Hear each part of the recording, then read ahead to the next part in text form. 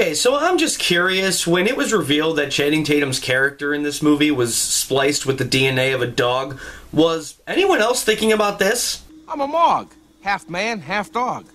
I'm my own best friend. Or was that just me?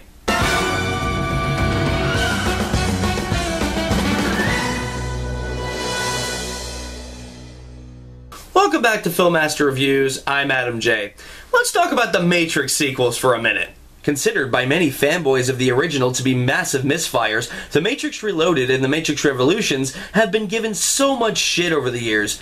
And while I personally liked Reloaded, I can definitely see all the problems fans have with it. Revolutions, I not only understand the problems, I'm right there with everyone.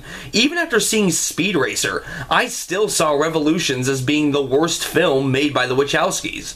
I don't think it's all bad, though. There are a ton of exciting and memorable moments offered in the film, but it's still not very good, especially as a wrap-up to the trilogy. But, you know, at least this was the worst of it. We Wachowski fans took comfort in knowing that no matter what, this was as bad as it would ever get. It was all uphill from here. We were wrong. We were so fucking wrong.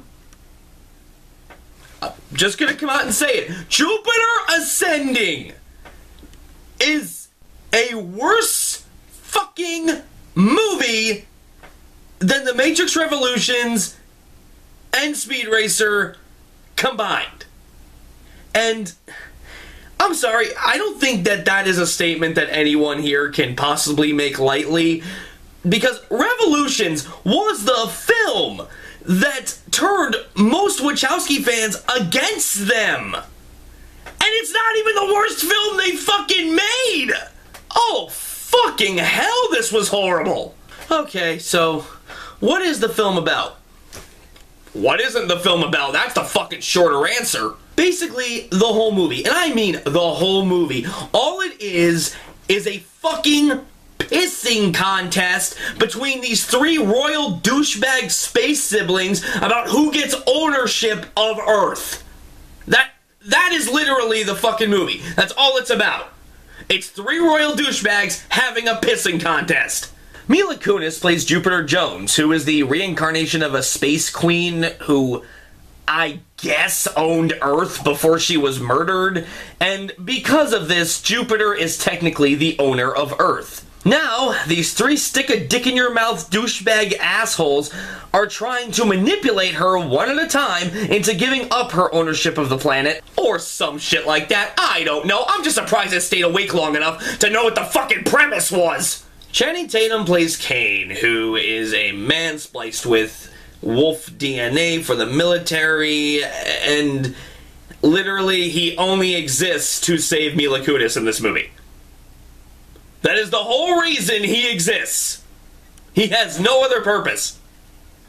That's all he does. Mila Kunis has to be saved by this guy at least 20 fucking times in this movie because, you know, God forbid we can have a strong female protagonist. Fuck that shit. We need Lord and Savior Channing Tatum to come be the hero every 5 minutes.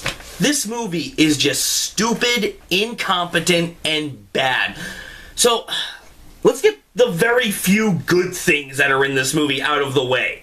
First and foremost, the score for this film is beautiful. Michael Giacchino has composed a lot of memorable film scores. Star Trek, Dawn of the Planet of the Apes, Super 8, John Carter. This was no exception. The man is a wonderful talent, and while this is not his best film score, it's still damn impressive.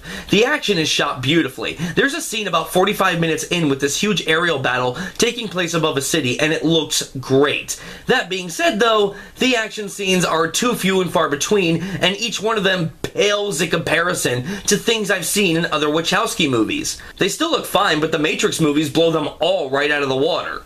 Lastly, the acting from Mila Kunis, Channing Tatum, and Sean Bean was not bad. Their characters were bad and at times ungodly fucking irritating with how stupid they were, but their performances were just fine. That ends the good shit. Everything else is just bad. Remember last year when Transcendence came out and so many people hated it because it focused on ideas rather than stereotypical sci-fi action? I defended that movie, and I still do, for that very reason, because it didn't have to necessarily resort to standard brainless sci-fi action to be interesting.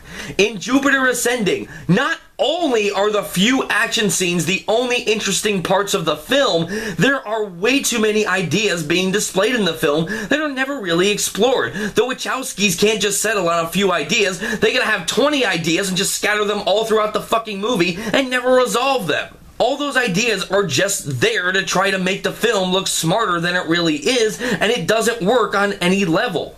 I have not been this bored by a sci-fi movie since... Oh god, hold on. This is...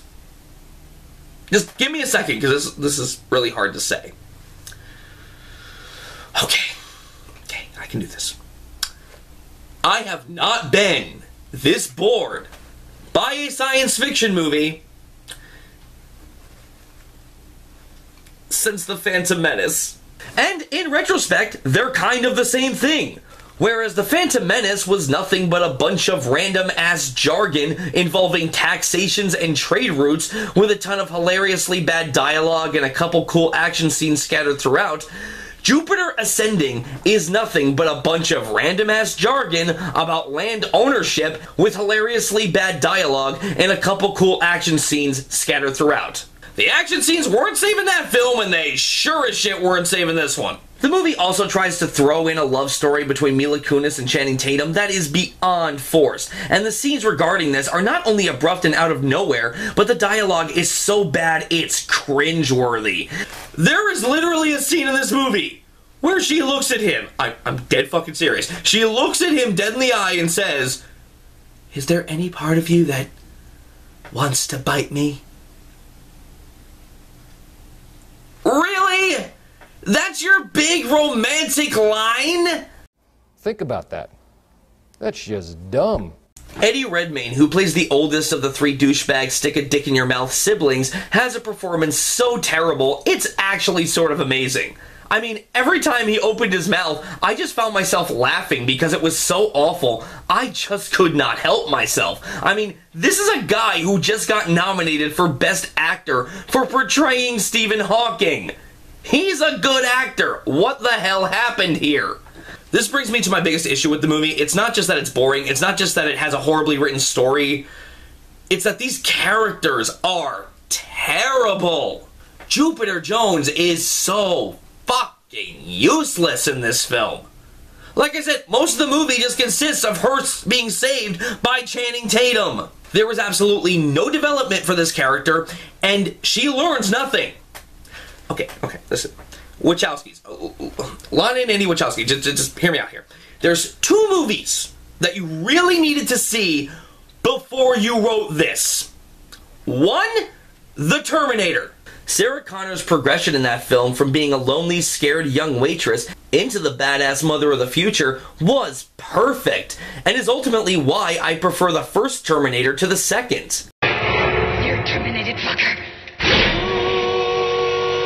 The second film you needed to watch, are you listening to me? Are you hearing me? Are you really listening right now? Okay, because you really need to hear this. The fucking Matrix! Neo's progression from being an I don't give a fuck computer hacker to the savior of the human race was masterfully done. Neo is a great fucking character. You should know because you wrote him! Neo, sooner or later you're going to realize, just as I did, there's a difference between knowing the path and walking the path. Exactly! Heed your own damn advice for once! It bothers me even more because this was a film I was following for well over a year. I was expecting to get something along the lines of The Matrix, and I was dying for this film to come out. Sadly, this turned out to be the Godzilla of 2015. Jupiter Ascending is an underwhelming, overbloated mess of a film that offers nothing concrete for its audience within its story, no interesting characters or development, and squanders good actors with a hackneyed script, and on top of that, squanders wonderful visual effects and an impressive score in favor of just having characters talk about useless bullshit. Guys, I've been a fan of the Wachowskis since The Matrix, and even after Revolutions and Speed Racer, I didn't see either one of those films as being awful, or really even that bad. This was that bad. Wachowskis, try harder next time. Or, you know what? No, fuck that, scratch that. Actually try next time! Yeah, some of the acting is good, but if they're playing terrible characters, then why should I care? Yeah, the visuals are cool, but I've seen this team pull off cooler effects in the past. Yeah, the score is nice, but it's hardly the composer's best work, and hardly compensates for such a lifeless experience. I'm sorry, I'm giving Jupiter Ascending an F. Save your money, don't even bother. It's not